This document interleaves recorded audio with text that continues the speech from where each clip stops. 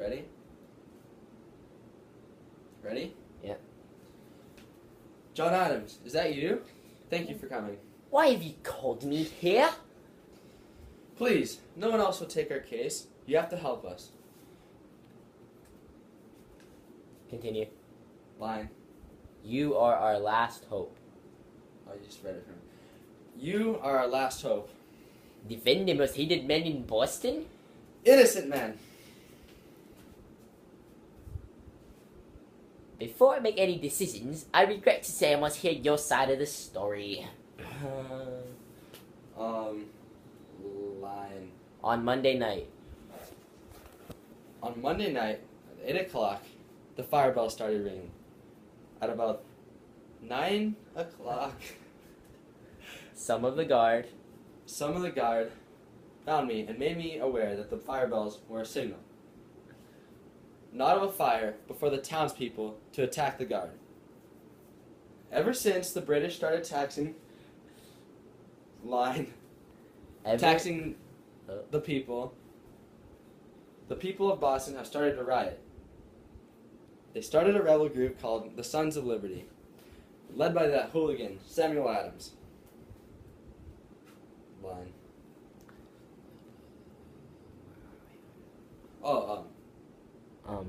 Wait, I lost our spot.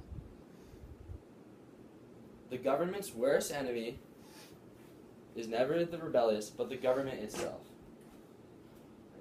They do make mistakes, but it is not our job as the people to question the king, but to follow his orders. When we arrived at the scene, the people were shouting and throwing ice at our guard.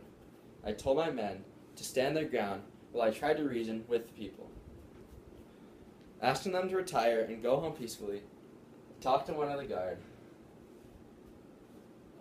You line? Line. I told my men to stand. Told my men to stand their ground. my men to stand their ground while I tried to reason with the people, asking them to retire and go home peacefully.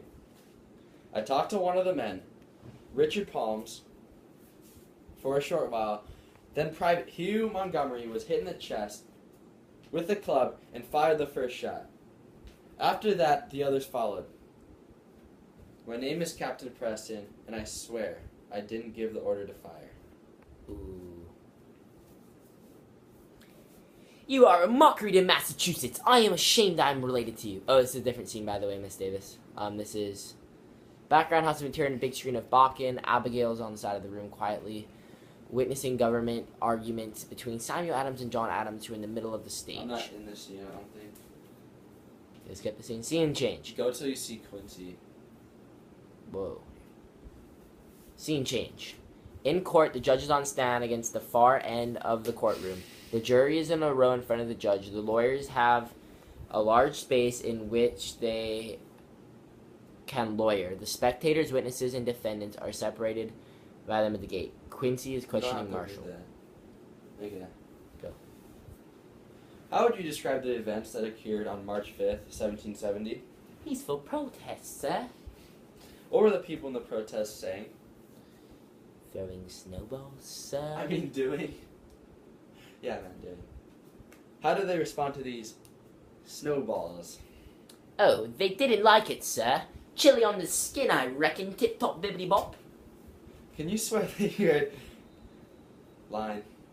Can you swear that you heard Captain Preston give the order to fire on the night of the event? Yes, sir. I heard him as clear as day. Damn your bloods, why don't you fire? No further questions. Were these men throwing anything other than snowballs? Were they not, in fact, carrying clubs? Keep on going. As any true Boston man would know, those clubs are used for the beating of a rope, sir. And could they not also be used for meeting out men's brains?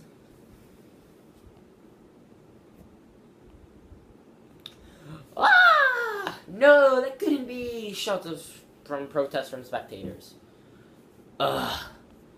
Did you see accused the night of the shooting? Yes, he was standing behind all his men, sir. Can you swear he was behind his men when he gave the order to fire? Yes, I swear he was behind his men. I would like the jury to take account for this. Thomas Marshall swears that Captain Preston was behind his men when the order of fire was given. No further questions. Keep going until you see Quincy. Yeah. Or yeah. Okay, last line, big boy. In the court, final speeches. Quincy is speaking. Line. Is there such thing? Is there such a thing as voluntary manslaughter? No. You cannot murder in self-defense if escaping is a viable action. The fact that they voluntarily loaded musket and ball into their rifles is a clear evidence of malice in their intentions. Their own actions condemned themselves to their fate when they took innocent lives.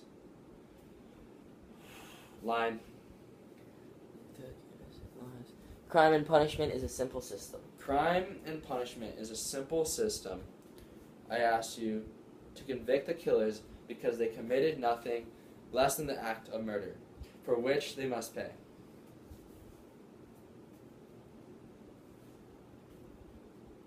That's the